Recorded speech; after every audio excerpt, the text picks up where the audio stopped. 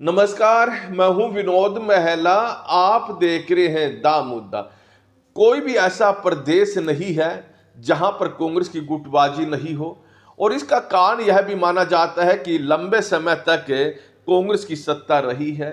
और जिन प्रदेशों में कांग्रेस पार्टी के मुख्यमंत्री होते हैं या पूर्व मुख्यमंत्री होते हैं, चुनाव के समय ये दबाव बनाते रहते हैं हाईकमान पर कि उन्हें फ्री हैंड दिया जाए। इसका कारण यही माना जाता है, अगर फ्री हैंड उनको दिया जाएगा तो वो पार्टी को या तो सत्ता में लेकर आएंगे या जो सत्ता में जहां है वहां सत्ता बरकरार रखेंगे।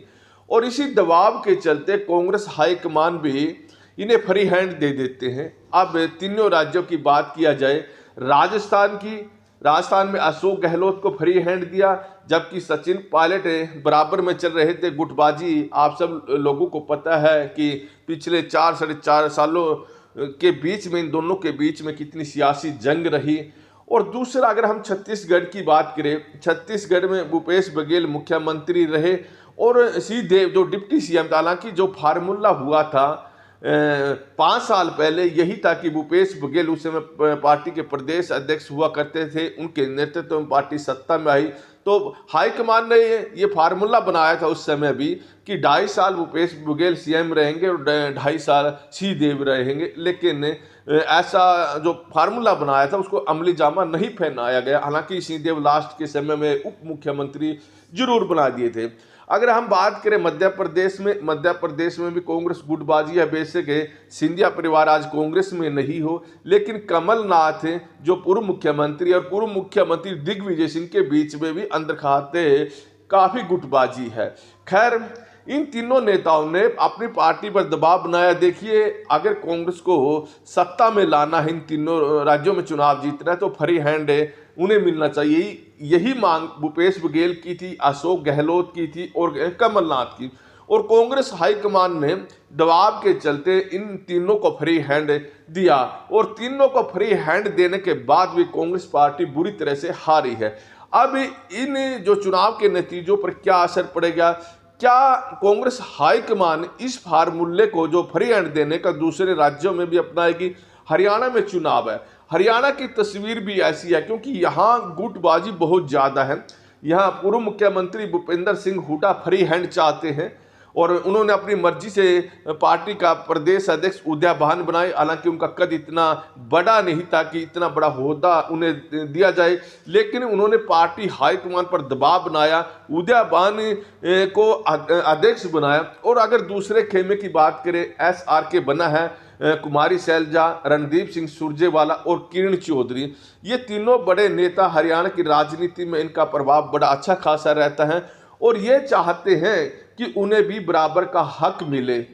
हरियाणा की सियासत में SRK ग्रुप का भी बड़ा प्रभाव है। हालांकि अगर सियासत देखें तो SRK गुट और पूर्व मुख्यमंत्री भूपेंद्र सिंह हुड्डा गुट, अगर इन दोनों को देखें तो पूर्व मुख्यमंत्री भूपेंद्र सिंह हुड्डा हरियाणा की सियासत में भारी है। उसका कारण है कि ज्यादा विधायक पूर्व मुख्यमंत्री भूपेंद्र सिंह हुड्डा के साथ खड़े हैं और हरियाणा में जाटों की वोट बड़ी अच्छी खासी है। और इन जाटों की वोट में पूर्व मुख्यमंत्री भूपेंद्र सिंह हुड्डा का प्रभाव अच्छा खासा है। ऐसे में अगर देखें तो इन SRK गुट के किसी नेता या पूर्व मुख्यमंत्री भूपेंद्र सिंह हुड्डा के चेहरे को मुख्यमंत्री के तौर पर प्रस्तुत करेंगे तो दोनों तरफ से नुकसान होने का अंदेशा बना रहता है। और इसी अंदेशे के चलते भारतीय जनता पार्टी ने राजस्थान की बात करें, मध्य प्रदेश की बात करें और छत्तीसगढ़ की बात करें, किसी चेहरे को मुख्यमंत्री के तौर पर प्रस्तुत नहीं किया। और मध्य प्रदेश में तो शिवराज सिंह चौहान मुख्यमंत्री थे मौजूदा, उसके बावजूद भी उनको देखे तो मुख्यमंत्री के तौर पर प्रोजेक्ट नहीं किया। और कई बड़े चेहरे वहां पर चुनाव मैदान में उतारे गए, या तो कोई संगठन में बड़ा नेता हो या फिर कोई मंत्री केंद्र सरकार में हो। और इसी कारण से उन्हें डर लग रहा था कि इस दफा मध्य प्रदेश में एंटी इनकम्बेंसी नहीं हो और इसका फायदा कांग्रेस पार्टी उठा ले जाए। लेकिन वहां ऐसा कुछ नहीं हो पाया है और भारतीय जनता पार्टी ने बड़ी जीत हासिल की है। अगर हरियाणा में देखें तो हरियाणा की तस्वीर भी कुछ ऐसी बनती जा रही है। अगर पूर्व मुख्यमंत्री भूपेंद्र सिंह हुड्डा को कांग्रेस पार्टी मुख्यमंत्री के तौर पर प्रस्तुत करेगी तो इसका नुकसान भी हो सकता है, क्योंकि गैर जाट जो वोट है वो एकदम वो भारतीय जनता पार्टी की तरफ जा सकते हैं। अगर दूसरी तरफ देखिए, यहाँ पर अगर कुमारी शैलजा को मुख्यमंत्री के तौर पर प्रस्तुत करते हैं तो जो जाट समुदाय की वोट है उनके खिसकने का डर बना रहता है और ये वोट इंडियन नेशनल लोकदल की तरफ जा सकती है। जाट समुदाय को लगेगा कि देखिए कांग्रेस पार्टी भूपेंद्र सिंह हुड्डा को मुख्यमंत्री नहीं बना रही है, कुमारी शैलजा को बना रही है, तो जाट समुदाय ये चाहता है कि कोई जाट चेहरा ही मुख्यमंत्री बने, इसीलिए वो एकदम इंडियन नेशनल लोकदल की तरफ जा सकते हैं। हालांकि जेजेपी की तरफ इसलिए नहीं जाएंगे, थोड़े बहुत जा भी सकते हैं कि जेजेपी के प्रति उनका आक्रोश पिछले 4 साल से बना है कि जब किसान आंदोलन हुआ था और ये जाट समुदाय के लोग चाहते थे कि जेजेपी भारतीय जनता पार्टी की सरकार से समर्थन वापस ले, और लेकिन जेजेपी ने ऐसा नहीं किया था।